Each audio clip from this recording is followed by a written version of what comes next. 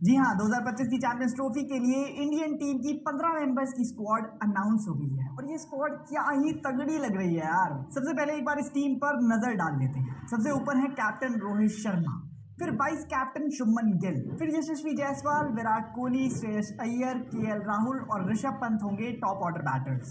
हार्दिक पांड्या, अक्षर पटेल, रविंद्र जडेजा और वॉशिंगटन सुंदर होंगे बॉलिंग ऑलराउंडर्स और कुलदीप यादव, जसप्रीत बुमराह, मोहम्मद शामी और अर्शदीप सिंह होंगे मेन बॉलिंग ऑप्शंस। सबसे पहली बात तो ये कि आखिर मोहम्मद सिराज जो पिछले 2-3 सालों से टीम में कंसिस्टेंटली खेलते हुए आ रहे थे, भला उन्होंने ऐसा क्या गलत करा कि वो इतने बड़े टूर्नामेंट से बाहर बिठाए गए हैं। और अभी बीजीटी में वो इतनी शानदार बॉलिंग करके आ रहे थे, तो आखिर उनके लिए चीजें बिगड़ी कहां पर।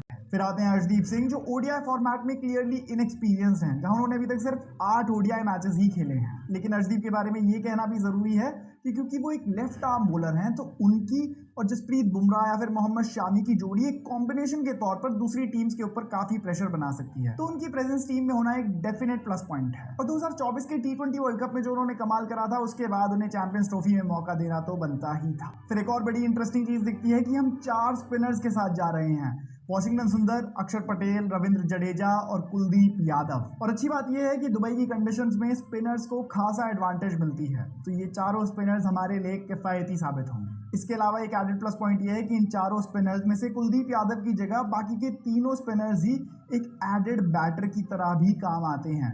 टीम में बैटिंग पोटेंशियल की तो कोई कमी है ही नहीं। इनिंग के टॉप पर ही कैप्टन रोहित शर्मा और vice captain Shubman Gill inning को ओपन करेंगे। और थर्ड ओपनिंग चॉइस के तौर पर टीम में लिया गया है यशस्वी जायसवाल को, जिन्होंने अभी तक अपना ओडीआई डेब्यू तो नहीं करा है, लेकिन T20 और टेस्ट फॉर्मेट में जिस तरह की परफॉर्मेंसेज उन्होंने रिसेंटली दी हैं, उसके बाद उनका इंक्लूजन इस टीम में होना तो बनता ही था और यही फैंस की डिमांड भी थी।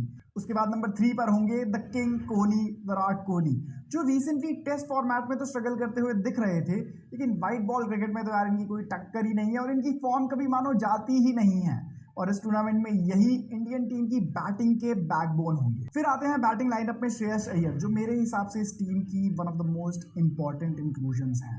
अगले टॉप ऑर्डर बैटर हैं केएल राहुल, जो बड़ी इनिंग्स खेलने के काबिल हैं।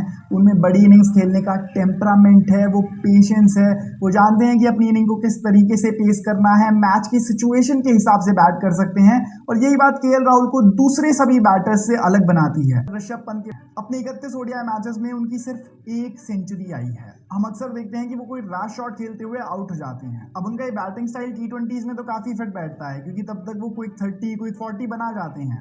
लेकिन ओडीआई फॉर्मेट में उनका ये बैटिंग स्टाइल कितना कारगर साबित होगा, ये नहीं कहा जा सकता। टीम के अगले प्लेयर हैं हार्दिक पांड्या, जो मेरे हिसाब से तो टीम के वाइस कैप्टन होने चाहिए थे, क्योंकि जब बात आती है टीम की लीडरशिप की या फिर टीम में इंपैक्ट बनाने की, तो मेरे हिसाब से अभी इंडियन टीम में कोई हार्दिक पांड्या के आसपास भी नहीं आता। मुश्किल से मुश्किल सिचुएशंस में जहां दूसरे प्लेयर्स तो फुस हो जाते हैं, वहां हार्दिक पांड्या मानो एक अलग ही पीक अनलॉक कर लेते हैं। और जो उन्होंने 2017 की चैंपियंस ट्रॉफी में पाकिस्तान के अगेंस्ट करा था, अगर वैसा ही कुछ हमें इस बार भी देखने को मिल जाता है, तो यार एज फैंस हमारे तो मजे ही मजे हो जाएंगे। इसके अलावा बैटिंग डेप्थ जाती है अक्षर पटेल, रविंद्र जडेजा और वॉशिंगटन सुंदर तक, जिनको हमने कई बार देख लिया है कि इंपॉर्टेंट मैचेस में, डिफिकल्ट मैचेस में ये लोग भी रन बनाने के काबिल हैं। और हाँ, शुभमन गिल के बारे में बात करना तो हम भूल ही गए।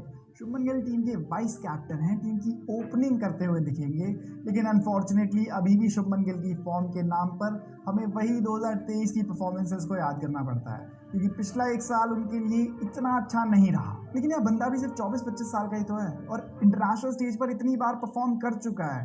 एशियन कंडीशंस में वैसे भी इनकी परफॉर्मेंसेस अलग लेवल पर पहुंच जाती हैं, तो इनको बैक करना तो बनता है। इसके अलावा और 2 प्लेयर जो टीम में नहीं है, जिनके लिए बहुत ज्यादा शोर मच रहा है कि इनको टीम में होना चाहिए था, और बीसीसीआई क्या कर रही हो, ये दोनों प्लेयर्स टीम में क्यों नहीं है। सबसे पहले हैं डोमेस्टिक क्रिकेट में धूम मचाने वाले करुण नायर, जो अपनी पिछले 8 विजय हजारे ट्रॉफी की इनिंग्स में 5 सेंचुरीज लगा चुके हैं और 700 से भी ज्यादा के एवरेज से बैटिंग कर रहे हैं। इसके अलावा दूसरे प्लेयर जिनके एक्सक्लूजन पर बहुत ज्यादा शोर मच रहा है, वो है वंस अगेन संजू सैमसन। संजू सैमसन जिन्होंने अपनी पिछली ओडीआई इनिंग जो खेली थी, उसमें एक सेंचुरी लगाई थी, उन्हें चैंपियंस ट्रॉफी में जगह नहीं मिली है। यह संजू सैमसन के लिए तो वो कोट बिल्कुल फिट बैठता है।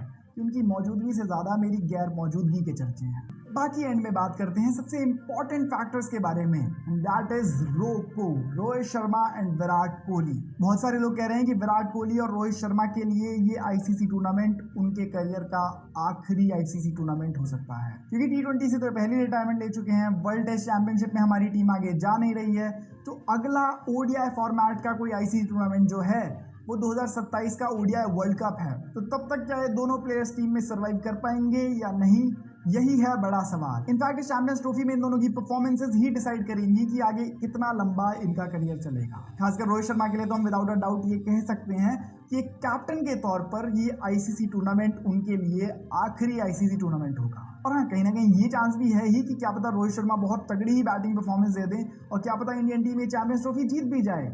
फिर शायद रोहित शर्मा 2027 के ओडीआई वर्ल्ड कप तक इंडियन टीम की ओडीआई टीम के कैप्टन बने रह सकते हैं। लेकिन बड़ा सवाल तो यही है कि क्या ये टीम बन सकती है चैंपियंस।